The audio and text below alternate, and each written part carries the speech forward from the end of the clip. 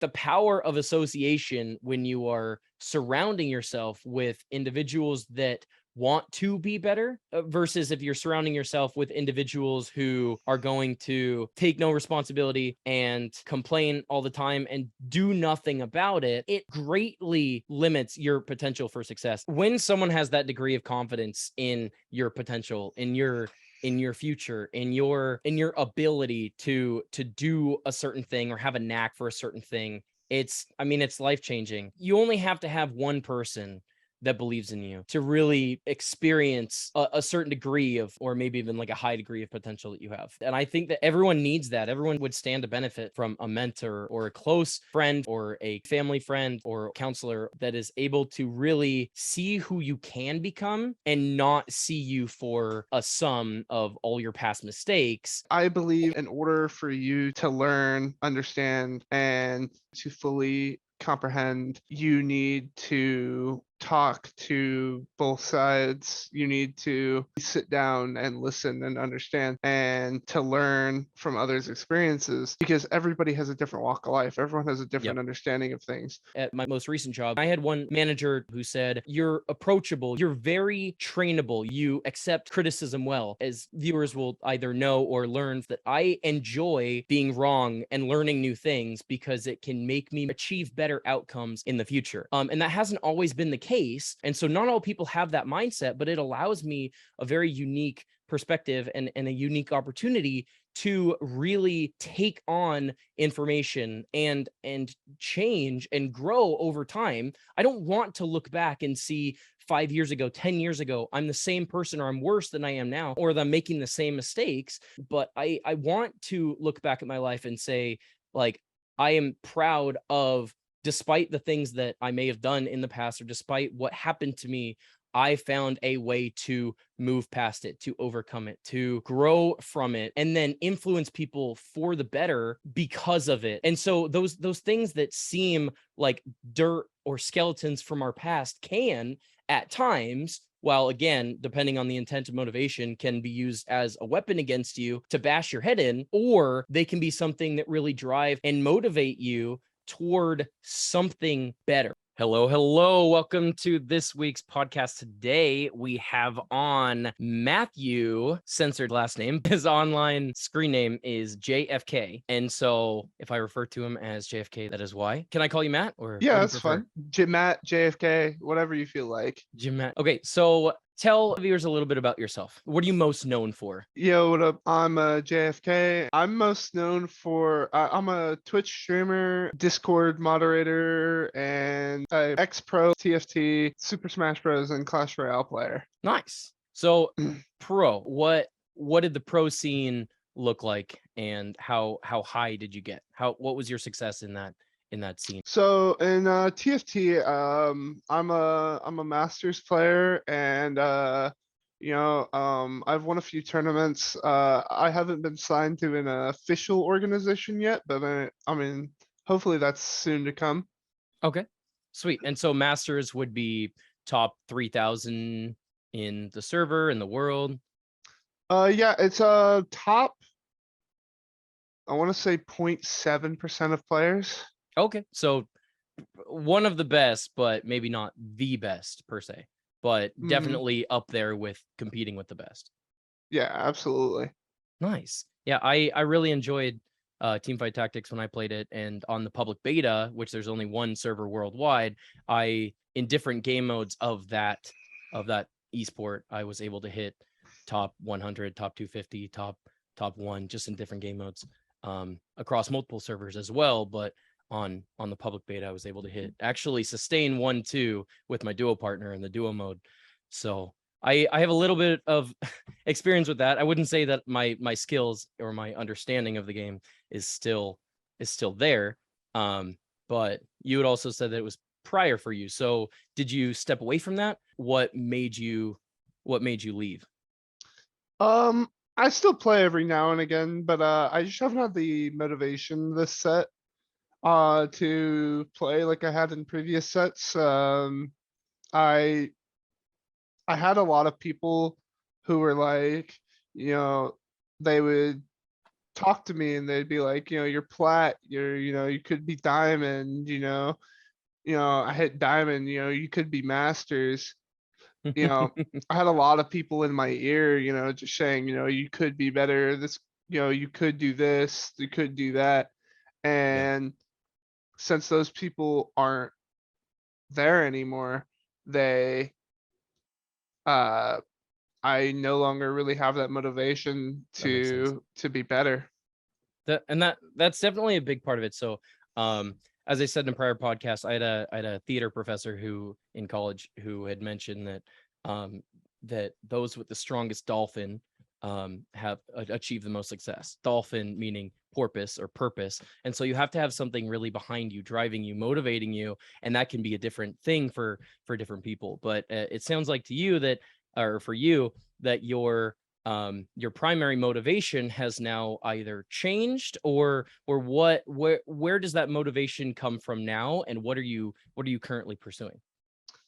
Um, my motivation to play TFT and other games at a pro level usually comes from, you know, me really wanting to get to like a certain area, and then also like people saying like, I would say that like doubters or haters actually motivate me the most. People who, you know, ah, he's diamond, he can't make masters. Oh, he's platinum, he can't make diamond. You're not good enough, yeah, Yeah, because you haven't reached that rank yet. yeah. Yeah. So, every time, I'd hop on stream and, people would come into my chat and just be like, yo, I thought this guy was supposed to be good at TFT, and then, I'd get eighth place, and then I'd just come back the next game and get first. Yeah, for sure. Well, and games like that. So for anyone who doesn't know what TFT is, it's kind of like a chess game where you have a bunch of different pieces that all have different costs. So you have gold, you have different resources that you have to manage to effectively outwit enemy players. But there's many different people you're playing against, and there's elements of random number generation or RNG, and so it's a game where long-term success or long-term consistency determines output. And so if someone sees, say, one game, they may not capture the full understanding or the full experience of like who of a skill level or per se, because or understanding, because each game manifests itself differently. And then you have to your own skill and knowledge of, or awareness and knowledge of the game and how fast you can execute commands into the game then determine your success level on a consistent basis. And people that might win a game or a few games aren't going to be consistent if they aren't like one of the best, if that makes sense. So is that, or just to give a little bit of context for anyone who doesn't know about that game, so it's kind of like an automatic chess. It's not like moving one piece, but it's setting up a board each round against a random enemy, or one of 7 other enemies, or so eight players in the game itself or the lobby. So you step down from pro play. Outside of gaming, what would you say, or what do you do for work, or what interests you? What kind of hobbies do you have, or what kind of jobs have you had in the past? All right, so I was working in mostly in customer service Okay. and in politics as my Oh, career. politics. Um, All right. that those were my career choices, and You chose politics. yes, I did. All right. Um, Experience in customer service, but not exactly in politics. So do you want to start there, or what are you more interested to talk about? um, I think we could talk more about customer service because it leads into political. It leads into experience of political campaigns. Okay, totally. All right. So So, what kind of customer service experience do you have? Is it like fast food or tech support or phone support? I worked in like retail for like Albertsons, and then I was Okay. also I was also a cashier for many years. I usually try to find success in de-escalating situations. Okay. Um, I think it's easier to deal. I always found it easier to deal with a calm person than an angry person. I would agree. So, so, so my main focus was always to de-escalate the issue Okay. and then solve the problem. Okay. Awesome. So, so a lot of people, what they would do is they would try to solve the problem, and that would de-escalate the situation. That's what a lot of people would do. I Mhm. always found it easier for my behalf if I was like, hey, let's just relax a little bit. Obviously, I wouldn't say it like that, but let's just relax a little bit. Let's talk about what your issue is, Yeah. because Help me understand. Like, because I always mm, found that when I'm people on were your side. angry, they were just they were just shouting their issues at you, Yeah. and they weren't really thinking of, this person may not understand what I'm saying, or if they do understand what I'm saying, they may not have an immediate solution right away, to Yeah. where they're shouting what they're thinking, and then I respond by saying, well, why don't we look into this? Yeah. Why don't we see what the issue is and see if we can find a resolution? Yeah. Well, and it reminds me of the old cliche that no one likes to hear, but it's so true. Help me help you.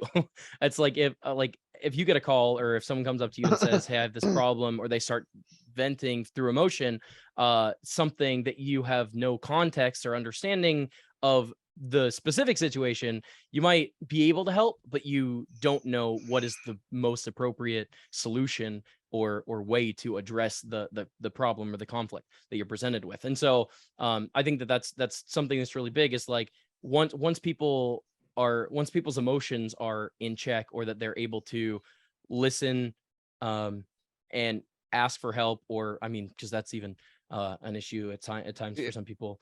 as long as But as long as you get them into a state where they can comprehend what you're saying yeah. and are willing to listen and offer feedback, I find the most success in getting them into that situation. To where I find if they shout, you know, and and then I solve the problem, it's kind of like teaching a man to fish versus giving him a fish. Yeah. To where, if I just solve the problem, I'm like, here you go, here's what you need. You know, they might come back a week later With the same problem. and with the same issue. Yeah. And where if I calm them down, explain the situation, and then receive feedback and then give them the solution and then show them how the solution is came by, Yeah. next week if they come back, they'll They'll already know. know how They'll to know. solve Yeah. it. Oh, absolutely. I really like what you said, that people have to get to a point after or through or amidst emotions, to a point where they can comprehend what someone else is saying, where they can listen and where they can identify paths forward toward a solution.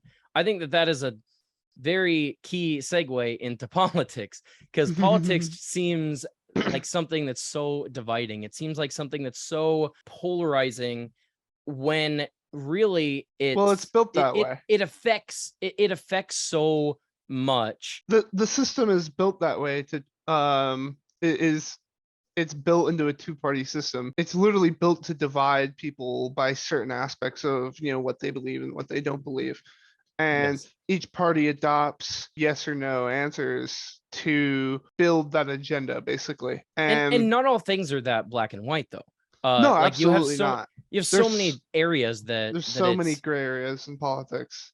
exactly. And that's the thing, is like it's tough. I mean, I would imagine it's tough in terms of public policy and legislation to legislate a black and white without leaving room for individual situations in terms of a gray area. And so say federal policy might leave room for states to have their own legislation, but even in terms of like, this is the standard, but then there might be exceptions to the rule based on like all kinds of different factors. But in terms of politics itself, like, isn't the goal to arrive at a better solution. It's only that people might disagree on what that better solution is, or if our current situation would be better or worse than what is being proposed. Isn't that the ultimate Like goal. solution of politics? Yeah, goal to get Yeah. to when discussing So politics.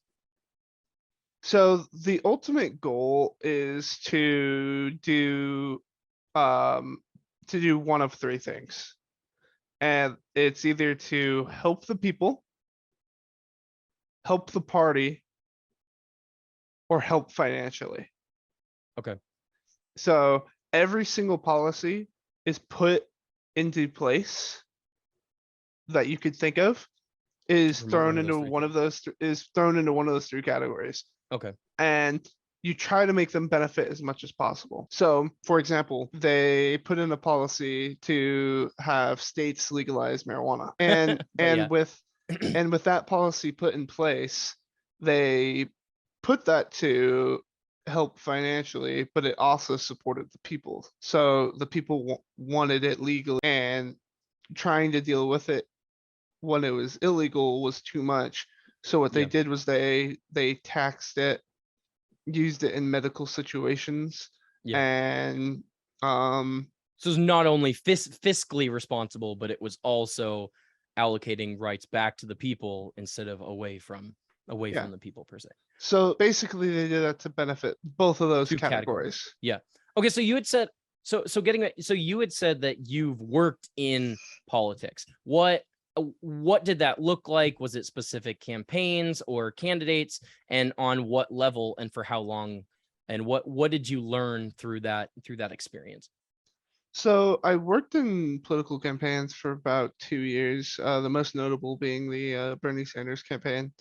Okay. And During what um, year? during 2019, I want to say. Okay. Yeah. So pretty recent. And then I also I worked into towards the end of 2020. I worked for when I was working for Bernie Sanders, I was doing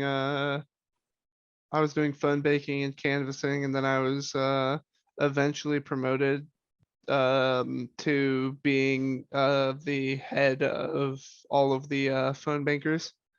Oh wow. So Okay.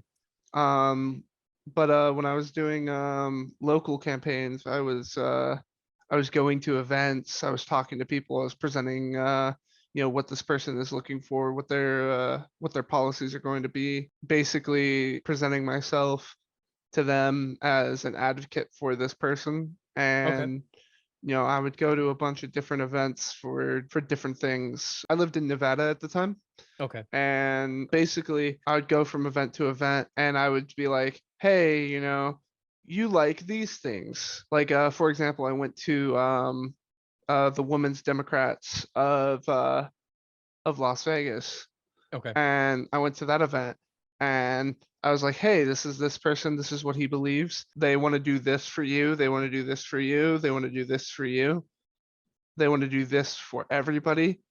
Hmm. And these are some policies that they want to put in place. If you'd consider voting for them, I'd leave a card. I would leave my phone number. I'd leave the person who I was working for's phone number. And And these were paid positions, or this was all volunteer based? the Bernie Sanders campaign started off as a volunteer, Okay. When you got and promoted. when I got promoted, it turned into a paid position. Okay. And then Nice. and then when I was working for a local person running for the commissioner, um, it was technically not paid, but I was living at his house rent free. Okay. So So some stipend or some benefits of the labor or in compensation for the labor.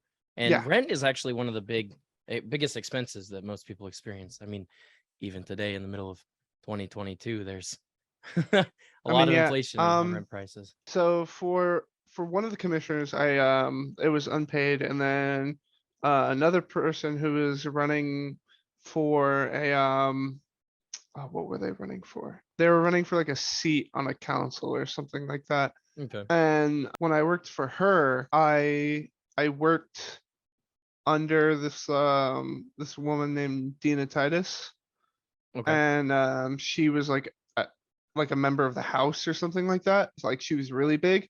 And Okay. then this is one of her underlings that worked for her that was running for their own seat.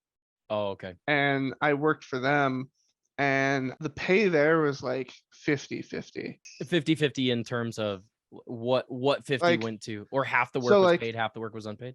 like if I was doing like canvassing, like just going and knocking on doors, it was Mhm. unpaid. Okay. But like anytime I went to an event and got any sponsorships, I got like a commission. Okay, nice.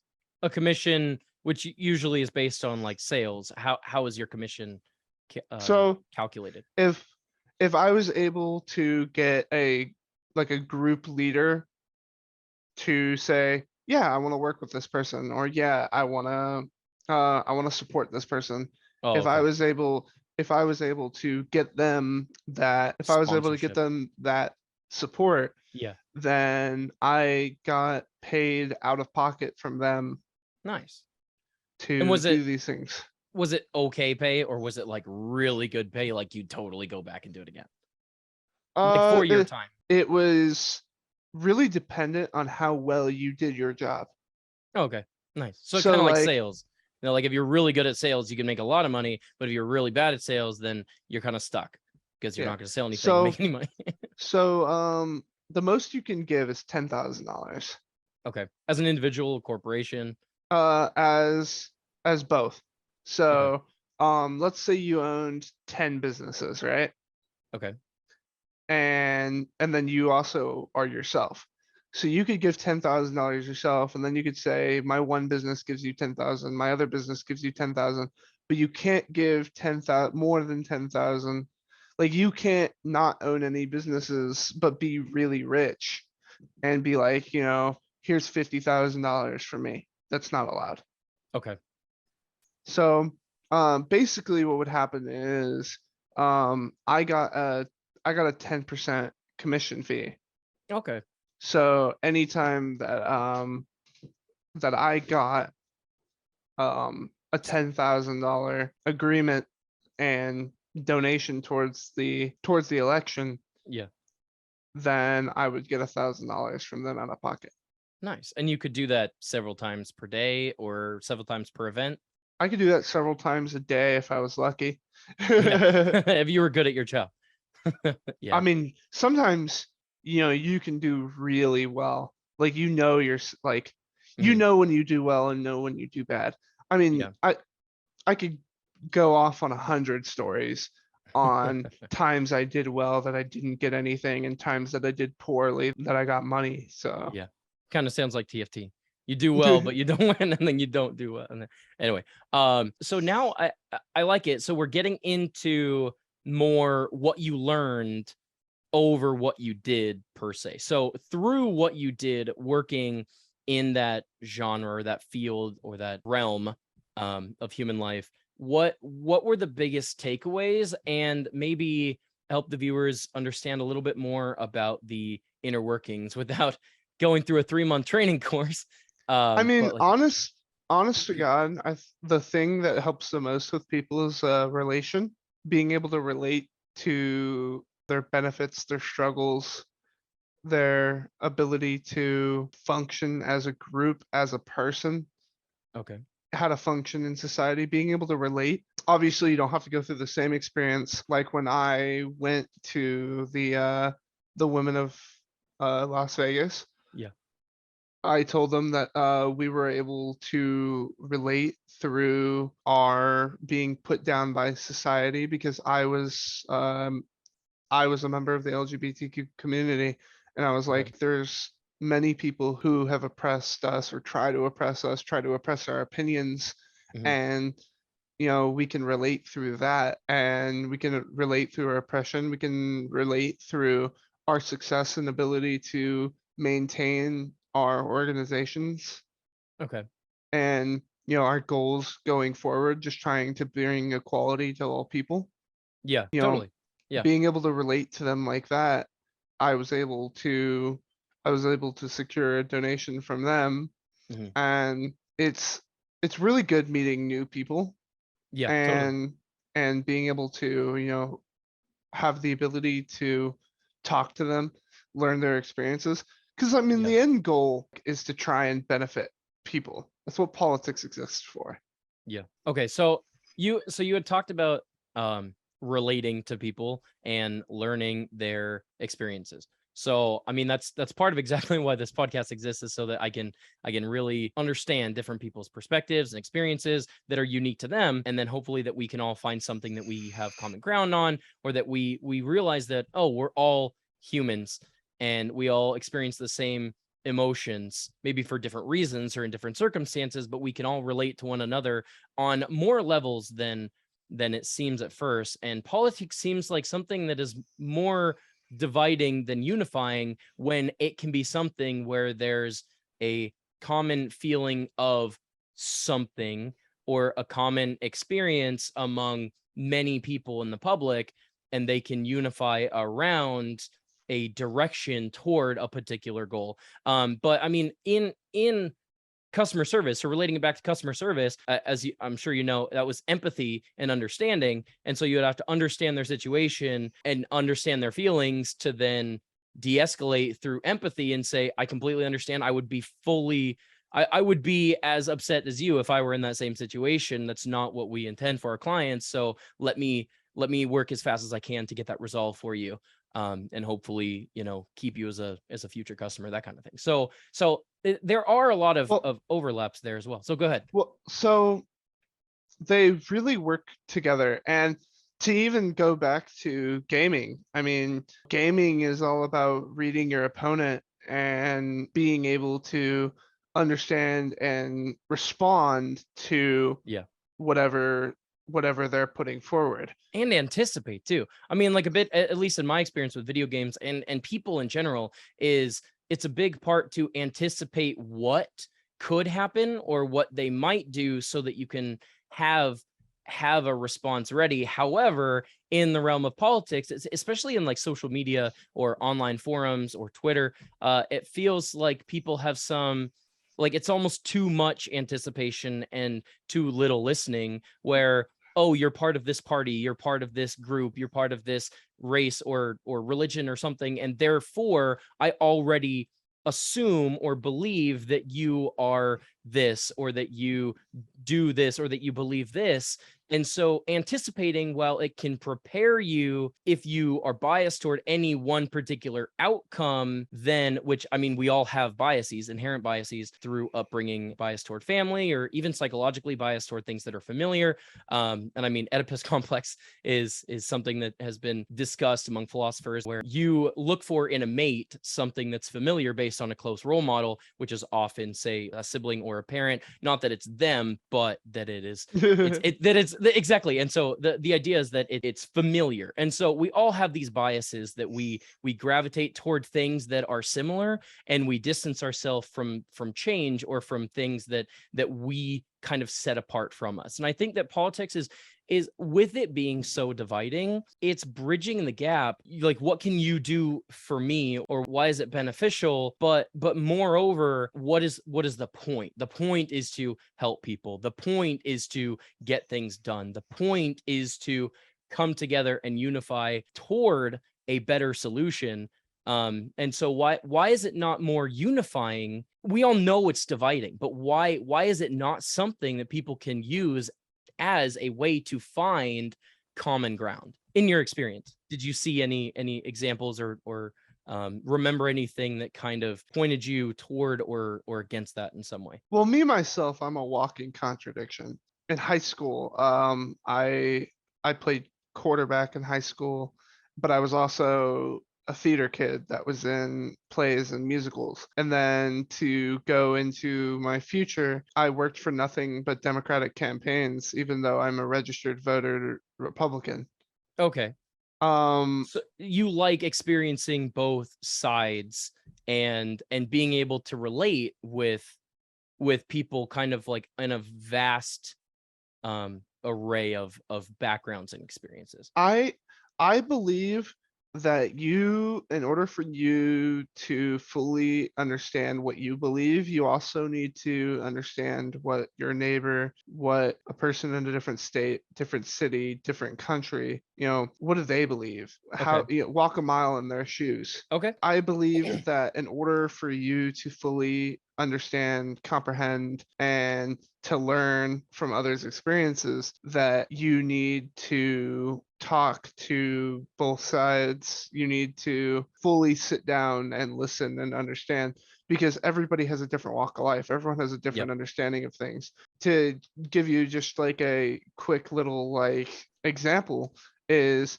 um a a kid who got bit by a dog when he was younger and then the dog was gotten rid of, Hmm. is going to have a total different opinion on dogs than somebody um who had like a dog growing up that was loving, caring, would cuddle with him when he went to go to sleep.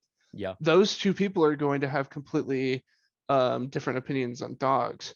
And to Absolutely. give a real world example is the gun debate. Hmm. Um, the um, Somebody who buys a gun to defend themselves, Hmm. and they believe in the Second Amendment fully Hmm. because they don't want to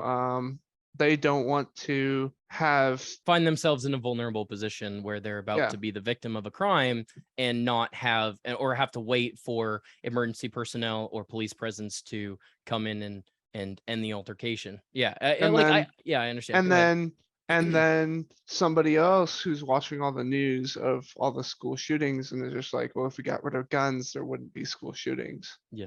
And then the people who have actually had to use them in instances of self-defense. I mean, where they would literally not be alive today or likely not be alive today if they hadn't been carrying or wielding some form of firearm. Firearms can be a tool that can be used to save lives, and it can also be used or a tool that can be used or a weapon that can be used to destroy and harm and take away. And so I think having that perspective toward anything or even everything in life, understanding that there's a yin and a yang, there's a That's balance that is necessary, or even not even necessary, but just that is reality with everything, and that it's really the human component that determines if something that can be wielded for good or bad or evil is how it's manifested in the outcomes is really determined by the individual Well, that's itself. what makes political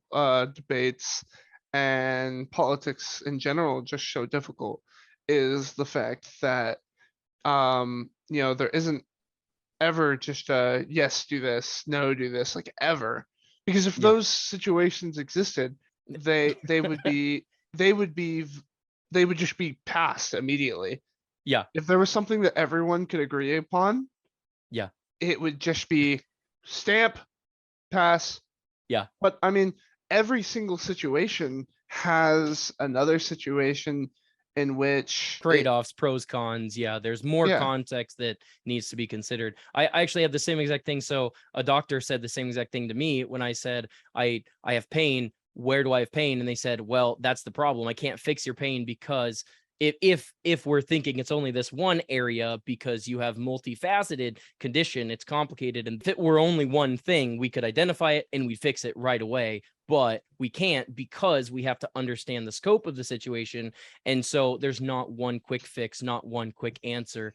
And so I've been tangibly going through that for the last few years in my own life, in that there's some things in life that just don't seem to have one answer, or if they do, the situation at hand is infinitely more complex and it's necessary to understand the scope of the situation, understand the degree of the problem itself, the bounds of how far the problem extends, And then once you fully understand it, you can really confidently pursue a direction for an outcome. But if you pursue recklessly something that maybe on the surface sounds good, or if you are saying, oh yeah, well, that would address this one problem, but you don't take into consideration or the context that it might create many other problems over here. I mean, right now we're in the middle of a massive wave of inflation because there was one problem with the pandemic, and so everyone was forced to stay home or laid off. There was much less money going into pockets of consumers, and there was much less money going into the pockets of the merchants. Therefore, there was less money to be paid to consumers. And so it was just a massive cycle that it's like, well, how do we address this? And it was chosen by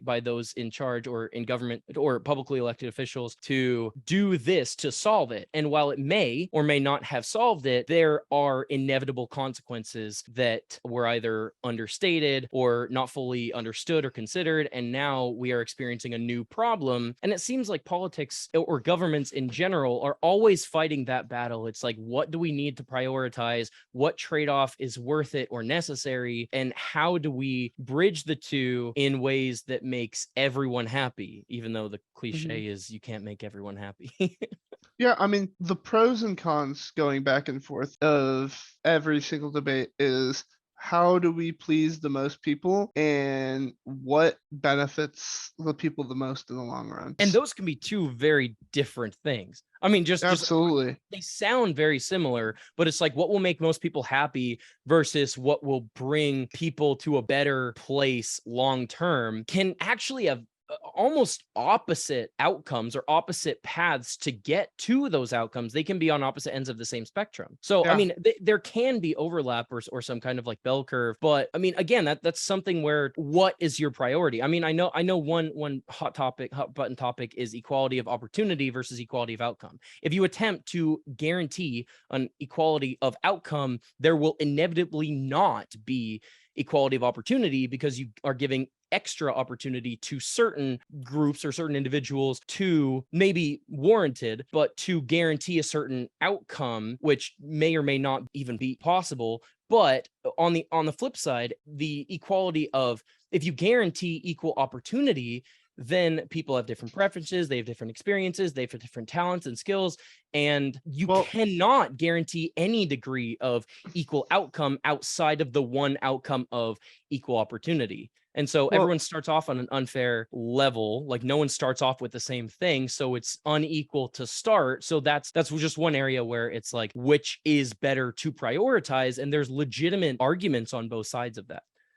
Go ahead. so as a person who has worked in the political scene Yeah. for many, many years, and who also worked in customer service, and then has also worked being a pro esports player, Mhm. I believe that equality of opportunity is just absolutely superior to equality of outcome Okay. because of the fact that you would be forcing people to go into positions if they didn't want to be in there. Like, let's say that I have this hypothetical job, right? Okay. That only women would be really good at. Okay. Why would you want to do equality of outcome in that situation when I could hire a staff of 30 women that would be fantastic at their job, to where if I had outcome equality of outcome, I would have 15 men, 15 women in this job.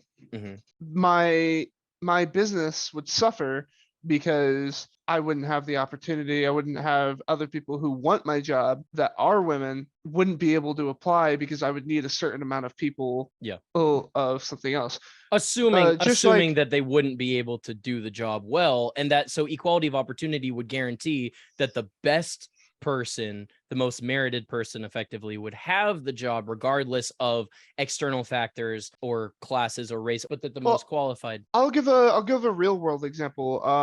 A quote from Jordan Peterson himself is that equal opportunity for the field of nurses versus plumbers. Mhm. Plumbers work long hours for larger wages, and they work a dirtier job that most people wouldn't want to do. That field is dominated 30 to 1 men to women.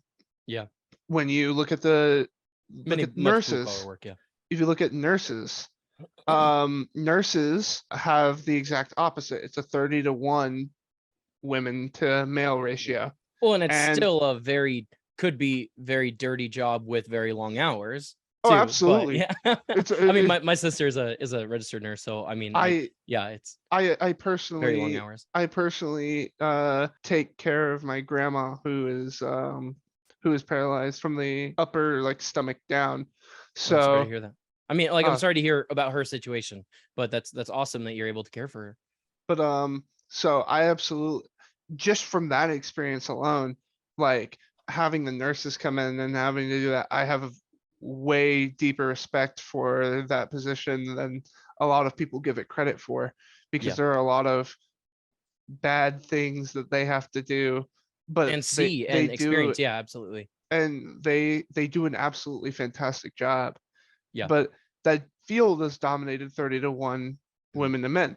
I don't see a problem with that. Yeah. I see that as equal opportunity. Mhm. If more men want a specific job, if more women want a specific job, go for it. Yeah. Whatever you want to do it. Yeah. That And that's try to find something where I mean, you're able to be your best, do your best, be passionate about it and be good at it. I mean, I'm not saying don't try something new or learn a new craft or skill or trade, but I mean, so what you had talked about having a ton of respect for people that especially nurses because of what they see and experience and do and the challenging situations that they might be put in. I mean, I feel the same way about military and police officers. I mean, military is one where there's no gain to them. I mean, there's stipends and there's, if you're in it for this long, then there's this lump sum of money that you will receive or may receive,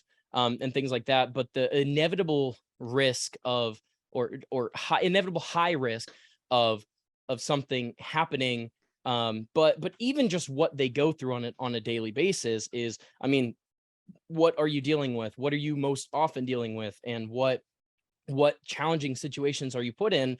And how would you expect a human, by nature imperfect human, to react in those situations? And then I almost find it like I struggle with the degree of perfection that we put on people. There's certain people that, I mean, yes, in positions of authority or with tools or power or something, that there is absolutely a higher level of responsibility and tact that must and maturity that must be executed because of the gravity of the situation.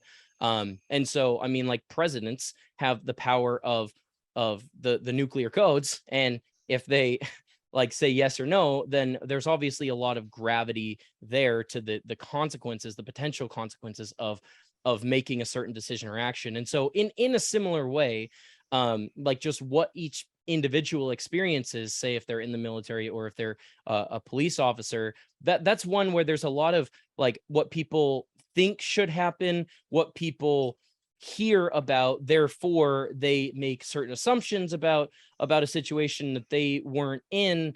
And that can be something and that is, I mean, especially for the last few years, some or the last decade, something that has been a very hot button topic issue is were they wrong? And even if they were wrong, what could they have done? And can we prevent this thing that was wrong? Or is it something that there was no way they could have known, or based on something that they believed at the time or claimed to believe at the time?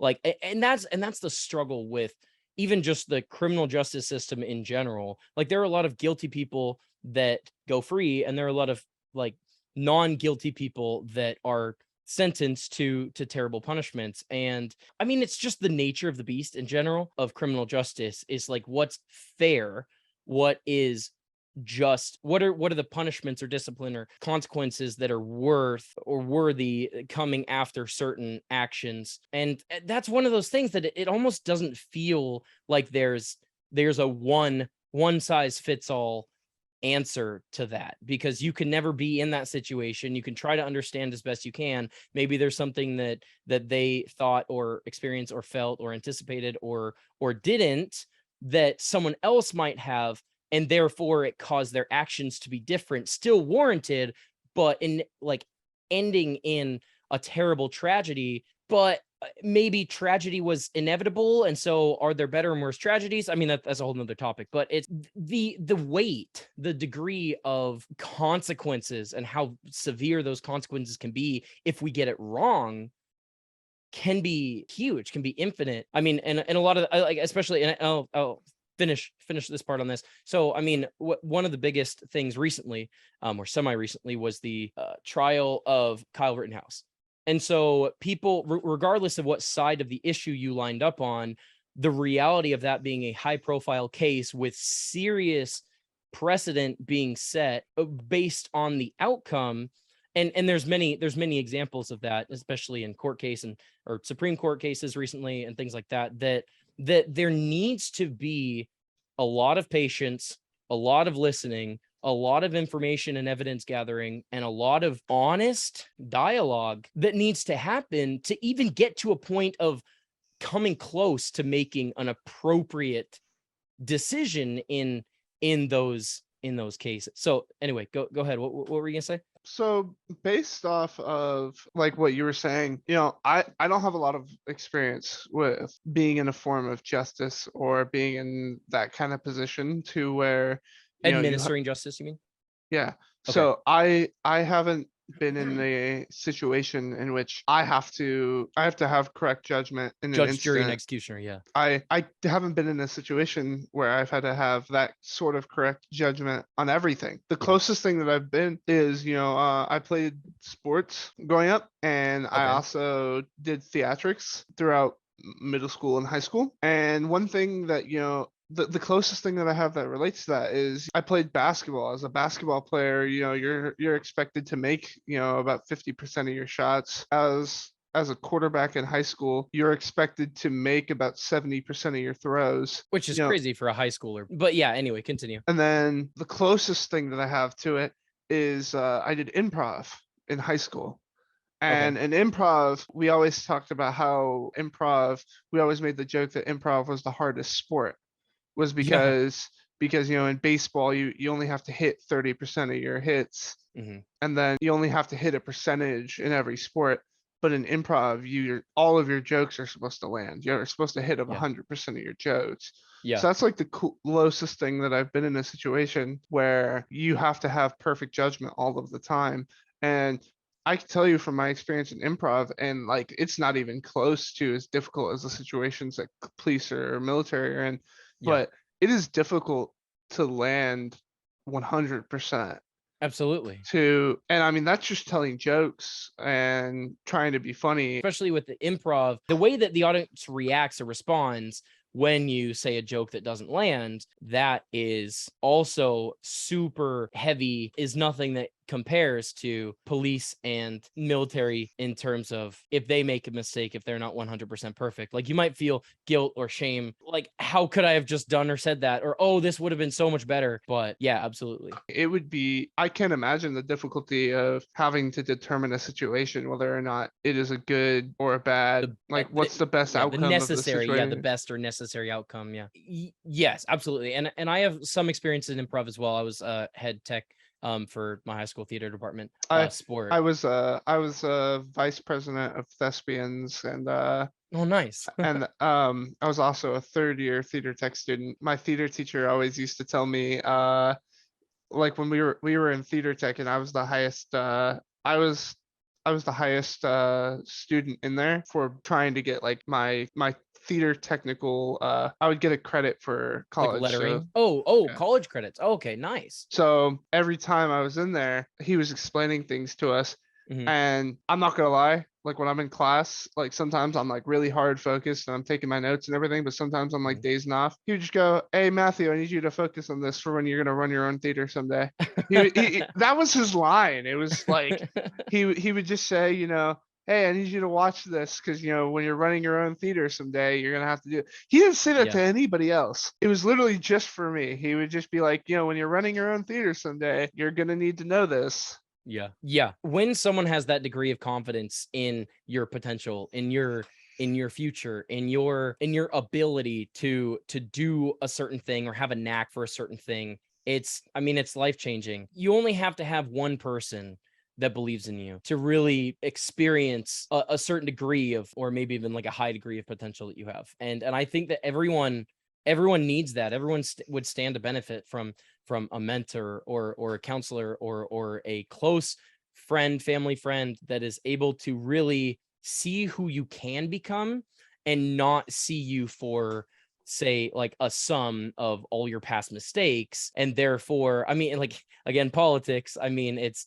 like blackmail is the currency, where something that you said or that you may have done at one time is therefore held against you for the rest of your life. And it's like, even if it was just one mistake, regardless of how bad it was, but having the grace and the compassion and mercy of the past actions of someone is necessary for someone to come out of that. Hell, Whether it be addiction. Okay, go ahead. for one of the political debates, being able to, like, it doesn't even have to be mistakes that you made. Like, one of the political people that I worked for is a foster parent, and during a debate it was brought up that one of his foster kids went to juvie while under his care. Okay. And because he went to juvie for assaulting another kid that was in there. Now, this kid had a bunch of mental issues and had been with the person that I was advocating for The victim or the offender of both. the assault? Okay. They were brothers. Oh wow. Okay. But here's the thing. Let's say, do you have any siblings? Yes. Have you ever gotten into a physical fight with one of your siblings? Like once, maybe?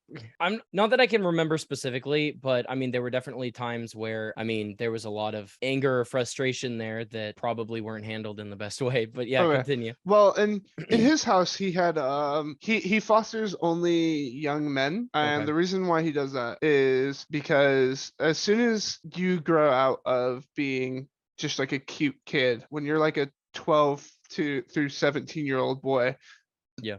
in the foster care system, you're no longer wanted. Wow. It's a messed up thing, but it's true.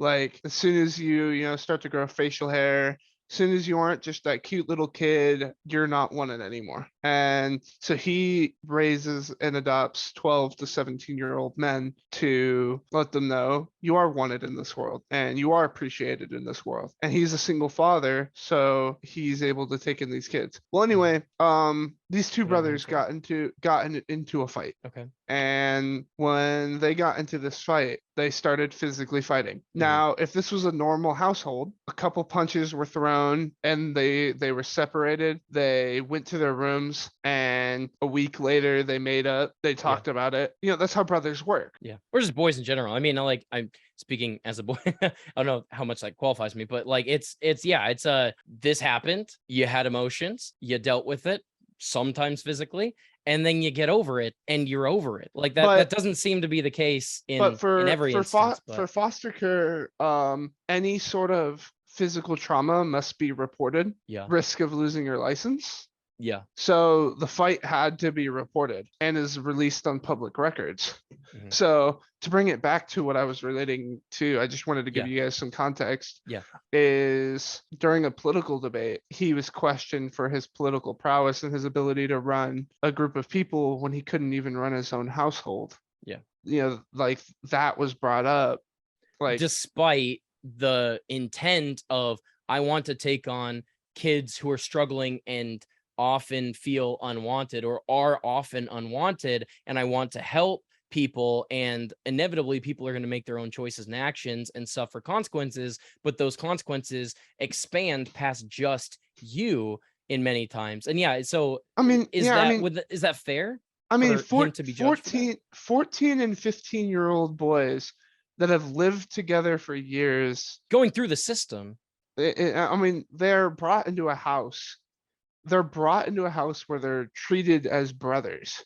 Yeah. And like, the house worked really well. Like, I I'd known them for years. Like, it's not like it was like a physical abuse thing or anything. This is a one isolated incident Okay. of, this bad thing happened. Measures were brought up, but I mean, they were brothers. Like, literally, like not even joking. Like a week, maybe less later, they talked about it, Hmm. and they hugged it out, and they were Yeah. cool. But because it happened, there's inevitable consequences that I mean, often in the moment you can't in the moment you can't foresee, and it affects it's not even your actions that are directly causing certain things or influencing certain things. I mean, but you can't really expect someone to have done more again without knowing context, without knowing, well, they did everything they could, without giving people and that's the reality, is that people are responsible for their own choices. People are responsible for their own actions.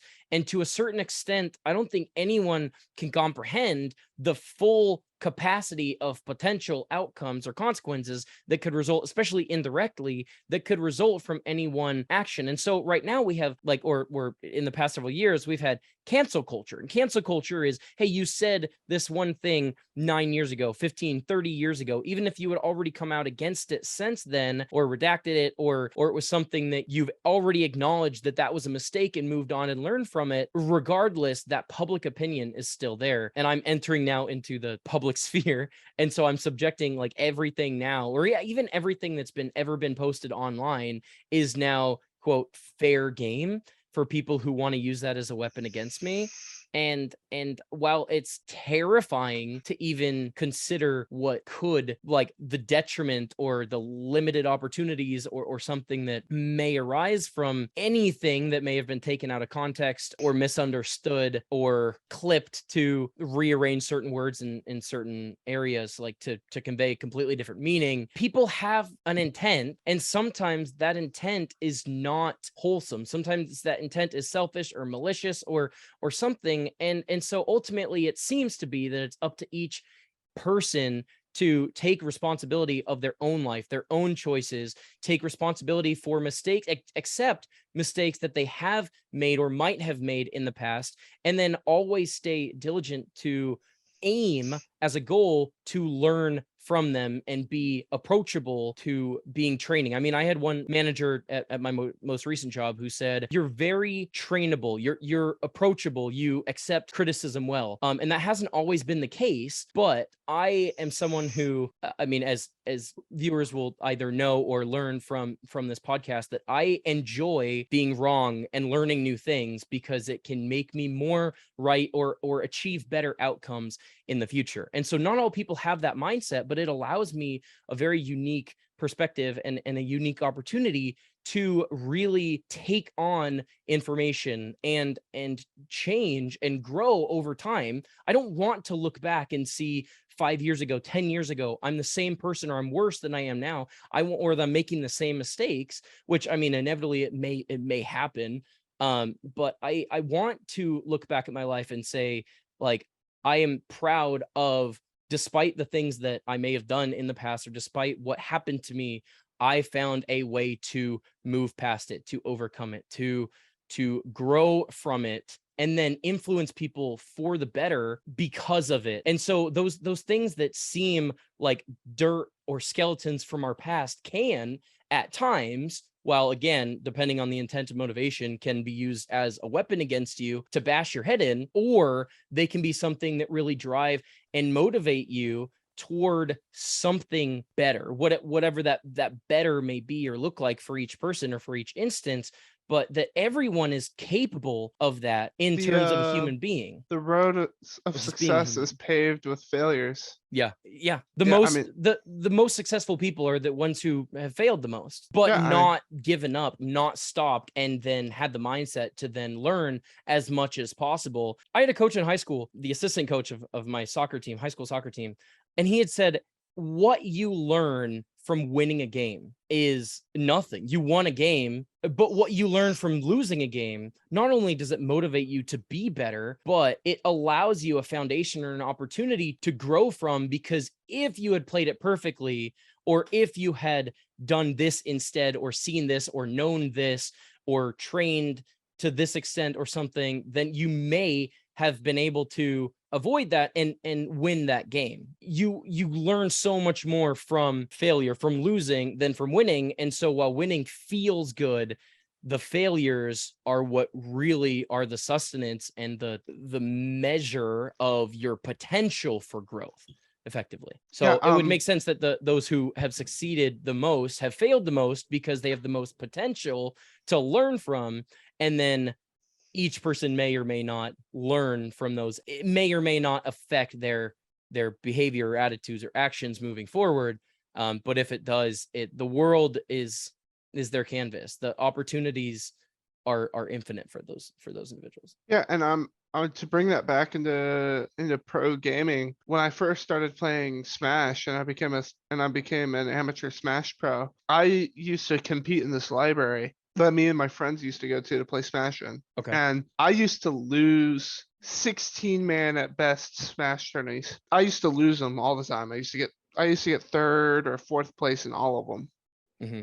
And I went from getting like third and fourth into like a local like friendly tournament to getting third or fourth at Level Up Expo, which was like a Las Vegas tournament hosted for anyone that was in Las Vegas, and it was a widely known tournament. And because I was able to place in that tournament, I was able to play in Evo, which is a very widely known esports tournament. Okay. And because everything you had learned from Everything I the learned from losing to my friends and getting my ass beat by my friends yeah, made me go and face better people because of my love and my interest yeah, for what I was doing. And because I wanted to get better, I started facing better people and then learning from those better people. yeah. Well, and And that's another big thing too, is who you spend time with, who you learn from. It can also greatly affect your potential as well. I mean, I remember I was in a community of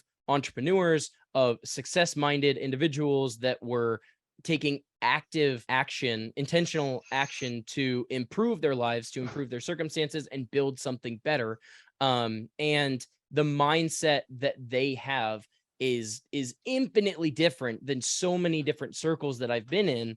And if I can only adopt or imitate that mindset, if I could only implement those bits of information and the lifestyle choices and habits that I learned or saw in the lives of the individuals in that association or that community. I mean, that it's so powerful. If you've ever heard, like, you become who you spend time with, especially in terms of, say, like a marriage, like you become a lot like your spouse, spouse becomes a lot like you in both good and bad ways often, or for better or worse ways. But the power of association when you are surrounding yourself with individuals that want to be better, versus if you're surrounding yourself with individuals who are going to take no responsibility and going to complain all the time and do nothing about it, like that, like it greatly limits your potential for success. And I heard a quote about this very thing. It's everyone in their life needs a mentor, and to mentor someone else. Everyone needs someone that can invest in them, and then have them invest in someone else, at least someone else, as much as someone else invested in them. Because and can I even add a third go ahead. thing to that? Oh yeah, totally. Go ahead. I think you also need to invest in yourself. I think being able to say that I can do this and putting in the work and the effort into making yourself a better person and investing into, trying your best. You're learning from other people, but you can only learn from their experiences. You can learn from your own experiences and then learn more from teaching somebody else from your experiences by Absolutely. them sharing their experiences. So I think Yes. it's really important that you not only, get time to get mentored and invest your time into getting learned from someone else and then investing your time into teaching somebody else. Mhm. I think you really need to invest time into, discovering what your strengths and weaknesses are and how you can improve upon yourself. Yeah, absolutely. That should be included in there, because that almost seems more important. I mean, someone else can facilitate an environment where you may be more likely to succeed or fail or reach certain different levels of potential, but ultimately the responsibility, and we'll come back to this, ultimately the responsibility is on you, is on each and me, each individual, to understand the best they can their current situation and believe a certain degree of potential or action or outcome is possible. If you've ever heard the cliche, whether you believe you can or can't, you're probably right. Because if you believe you can, it's going to then be a motivation to generate or be the catalyst to action that is working in that direction toward it becoming a possibility. But if that belief in yourself is not there, or that potential for yourself is not there, those actions are just not going to be there. And that can manifest itself in relationships, that can manifest itself in family or careers, and in so many different places. Like, you have to have that belief in yourself, which comes from a confidence or an environment, but everyone is capable of it. They may only need to become aware that it's a potential for them, and then somehow will themselves to believe it, or find like-minded people or people who see that same potential in you to draw it out of you, or to really convince you of that fact. So absolutely, I think that's, yeah. So everyone needs someone to invest in them. Everyone needs to invest in themselves and have someone who they can invest in to really experience their fullest potential, I would say. So thank you for amending that. So we talked a lot about politics, and we talked about customer service. We talked about sports. I actually think that's probably a good place to cut it off. So a few key takeaways would be: listen to others, aim to be understanding of other situations, have that humility to understand that other people are have different opinions, perspectives than you, and because of different experiences, there may be value in each of those. We also touched on finding people around you, surrounding yourself with people who are going to build you up towards something better, and not people who are going to tear you down and hold you back from who you can become. We touched on having a mindset that is one that you take responsibility, take hold of your own life and your own potential, and understanding that mistakes do not have to define you, that mistakes can motivate you to be better. They can motivate you toward something, give you passion to learn, give you passion to help, that can really bring your full potential into view, and then believing that potential is possible. We also had talked about prioritizing, even in divisive culture, or even in the realm of something that is polarizing, that we can prioritize finding common ground and finding better ways forward together once we fully understand the scope and bounds of the situation. Yeah, I mean, I think the easiest way to explain it all is at the end of the day, you have to talk to each other, and we have to figure out who you are, who I am, and to be able to come to a common ground of, okay, this is what I believe, this is what you believe, this is what we could do to make all of us better. And at the end of the day, anyone really wants is to be in a world where it is best for everyone and is a better outcome for everyone. There's not really a way that we can function as a society while constantly oppressing somebody else. And you have to learn from your mistakes and be a better person, and fully understand what you've done and how to be better going forward. And in order to improve going forward, you have to understand yourself and your surroundings. Well said. Well said. So if you liked this week's podcast, go ahead and drop a like, or subscribe, or follow the channel.